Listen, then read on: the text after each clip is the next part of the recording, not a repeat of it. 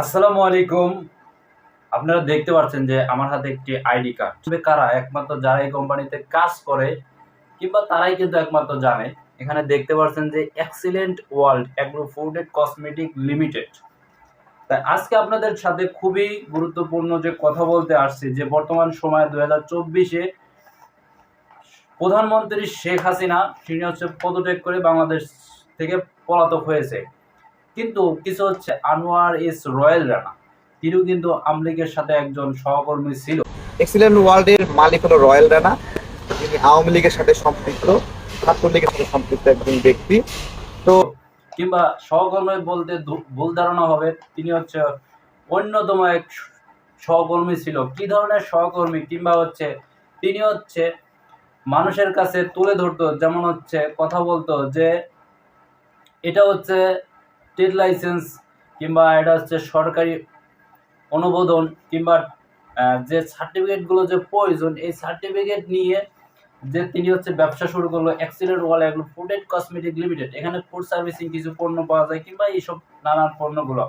কিন্তু এই পণ্য ধারায় যারা ব্যবসা করতেছে কিংবা যাদেরকে ব্যবসা করানো হচ্ছে জোর জবত করে কিংবা যাদেরকে ইনভাইট করে কাজের জোর করে হোক এখানে জয়েন করানো হচ্ছে কিংবা এই কাজের নিয়োগ দেওয়া হচ্ছে, এই নিয়োগে কোনো বেতন নাই, এখানে কোনো মানে আনলিমিটেড তারা ইনকাম করতে পারবে। কি ধরনের ইনকাম করতে পারবে? আসেন আগে একটু বিস্তারিত সম্পর্কে আমরা একটু জেনে নেই, তাদের ভাই বোনদের সাথে কিংবা তাদের সাথে একটু আলোচনা করে নেই কিংবা তাদের একটু ফুটেজটা একটু দেখে নেন আপনারা।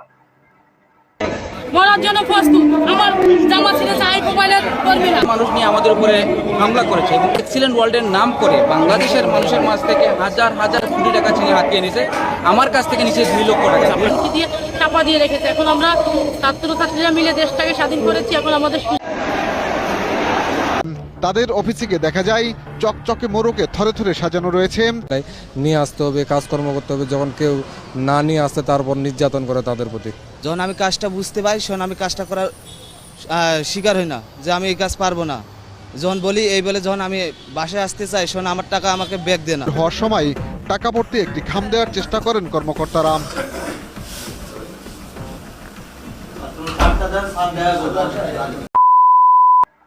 দর্শক, আপনারা যে ভিডিওটি দেখতে পারেন, অনেক টাকা দিয়েছে, কেউ 2 লক্ষ, কেউ 5 লক্ষ কিংবা দেন হচ্ছে আমাদের বাংলাদেশে যেমন হচ্ছে পেস ক্লাব আছে। পেস ক্লাব কিন্তু হচ্ছে জনপ্রিয় কিংবা এখানে যারা যায় কিংবা তাদের অধিকারটুকু চাওয়ার জন্য কিন্তু এই পেস ক্লাবে যাওয়া হয়। আর পেস ক্লাবে যাওয়ার মানে কি, এখানে অনেক সাংবাদিক থাকে, সাংবাদিকের মাধ্যমে কি দেশে বিভিন্ন জায়গায় প্রচার হয়।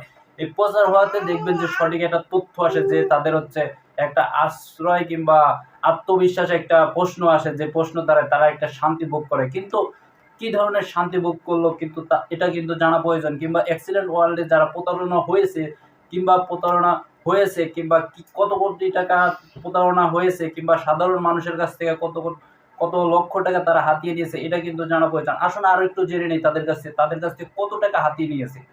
ওয়ার্ল্ডের মালিক হলো রয়েল রানা। তিনি আওয়ামী লীগের সাথে সম্পৃক্ত। ইতিমধ্যে তারা হাজার হাজার কোটি টাকা গ্রাহকদের থেকে হাতায় দিয়ে গেছে, যার কারণে একজন যদি কথা বলে তাহলে সারা বাংলাদেশে তাদের ভুক্তভোগী আছে, তাহলে তারা কি করবে, প্রত্যেক জায়গা থেকে তারা ভুক্তভোগীগুলো এক হলে তারা আর ব্যবসা করতে পারবে না। তার কারণে তারা বিভিন্ন মামলা হামলা এবং সন্ত্রাসী দিয়ে সবাইকে চুপ করে রাখার জন্য চেষ্টা করে, যেন কোনো ভুক্তভোগী উঠে না আসতে পারে। প্রথমত ওরা আমাকে একটা প্যাকেজ দেয়। প্যাকেজটা দেওয়ার পরে আমাকে বিভিন্ন ট্রেনিংয়ের মাধ্যমে, ওদের কিছু ট্রেনিং আছে, ট্রেনিংগুলো আমাদেরকে করানোর পর আমাকে বলে আপনাদের ডিলার আছে, ডিলার অপশনগুলো ডিলারগুলো নেন, বিকাশ আর এজেন্সি এভাবে করে বিভিন্ন ওদের অপশন আছে। তো ডিলারকে যদি আপনি নেন তাহলে আপনি প্রতি মাসে আপনাদের একটা প্রফিট পাবেন, কিন্তু ওইটা আমাদেরকে দেওয়া হয় নাই। ওদের মানে অনেকগুলো র্যাঙ্ক আছে, যে র্যাঙ্কগুলো হচ্ছে আমাদেরকে বলছে যে র্যাঙ্কগুলো বললে আপনাদের মেন ফান্ড থেকে একটা মারানোর পর একটা টাকা আসবে এবং কি আপনাদের ক্লাব কমিশন আসবে প্রতি মাসে, আপনি কাজ না করলেও আপনাদের টাকা আসবে। তো আমি মরে গেলেও টাকা আসবে এরকম কিছু বলেনি? হ্যাঁ, মরে গেলেও টাকা আসবে, কিন্তু এটা প্রমাণ হয়েছে আমাদের একজন যে মারা গেছে উনি। দর্শক, আপনারা যে কথাগুলো যে শুনতে পাইলেন যে তারা হচ্ছে কারো 2 লক্ষ টাকা, কারো 5 লক্ষ টাকা কিভাবে তারা হাতিয়ে নিয়েছে।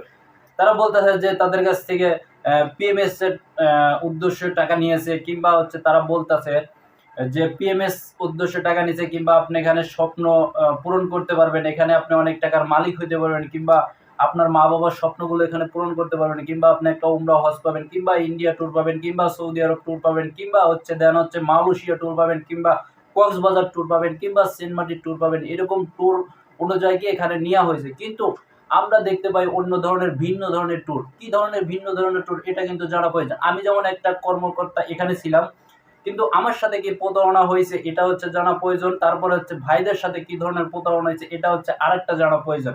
তা আমার কথা আমি পরবর্তীতে বলবো, কিন্তু আমি বর্তমানে বলতে চাই যে ভাইদের সাথে যে কত কোটি টাকা হাতিয়ে নিয়েছে এটা কিন্তু মেন জানা প্রয়োজন।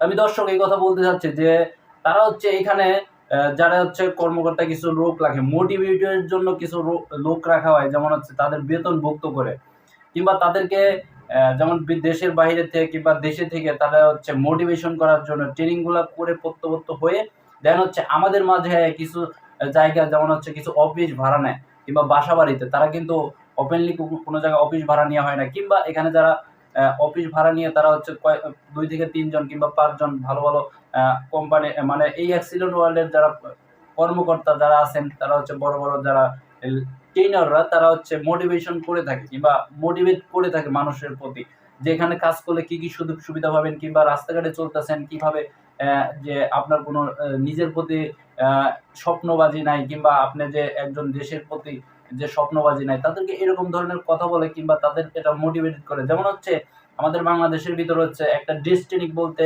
একটা কোম্পানি ছিল যে অনেক টাকা হাতিয়ে নিয়েছে, কিন্তু এই কোম্পানিটা ভিন্ন ধরনের টাকার বিনিময়ে তারা কি করে পণ্য দিয়ে থাকে, কিন্তু পণ্যটা কিভাবে কি ধরনের দিয়ে থাকে কিন্তু এটা কিন্তু জানা প্রয়োজন। তারা হচ্ছে কি করছে এরকম ধরনের একটা প্যাকেজ তৈরি করছে।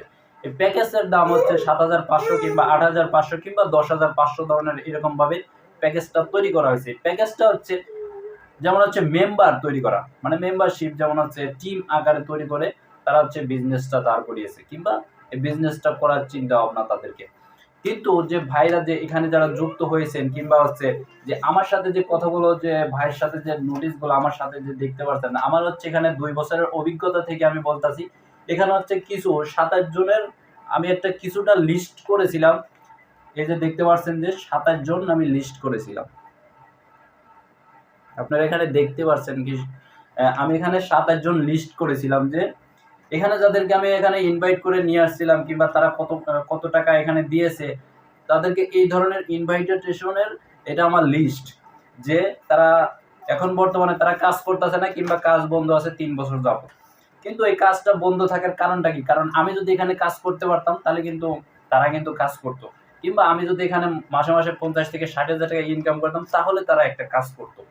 কিন্তু কাজ করলো না কি কারণে, আর আমি কাজ করলাম না কি কারণে? আমার কাছ থেকে বাট হচ্ছে এই যে অ্যাক্সিডেন্ট ওয়ার্ল্ডের দেখতে পাচ্ছেন যে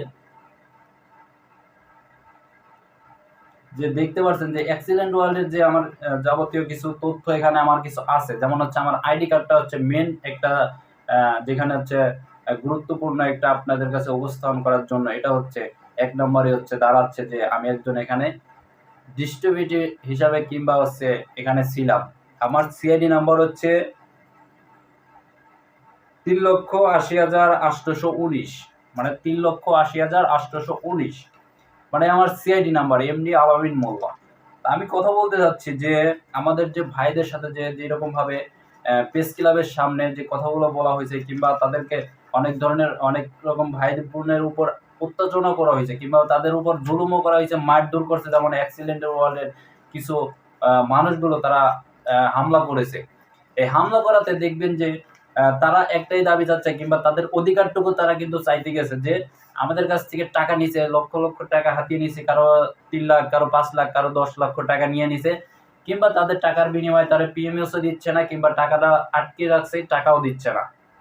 এই টাকাটা হচ্ছে আমার কাছ থেকেও টাকা নিয়েছে, আমার কাছ থেকে জোর জবত করে টাকা নিয়েছে। জোর জবত বলতে কি আমার উপর মানে মোটিভেশন জোর জবত, কারণ জোর জবতের কয়েকটা ধরন আছে, যেমন হচ্ছে আমি যদি জোর জবত করি বকা জোগা করি তাহলে এরকম ধরনের একটা জোর জবত করা জুলুম করে টাকা নিয়ে, আর একটা হচ্ছে মোটিভেশন, যেমন হচ্ছে মোটিভেশনের ভিতর রাখে মাথাটা ওয়াশ করা যায় কিভাবে, মানে সবসময় আপনাকে ফলো আপের উপর রাখতে হবে। যেমন হচ্ছে আপনার ঘরে যদি একটা ছোট বাচ্চা শিশু বাচ্চা যদি থেকে থাকে তখন ওই শিশু বাচ্চাটা কি করে বিভিন্ন জায়গায় কিন্তু চলাফেরা করার জন্য চলে যায় কিংবা তার মন খুশির মতন চলে যায়, কিন্তু আপনার শাসন করার জন্য কিন্তু আপনি তখন বলেন যে এটা ধরো না, ওদিকে যাও না, এই ধরনের কিন্তু একটা মোটিভেশন তাকে দিতে থাকেন।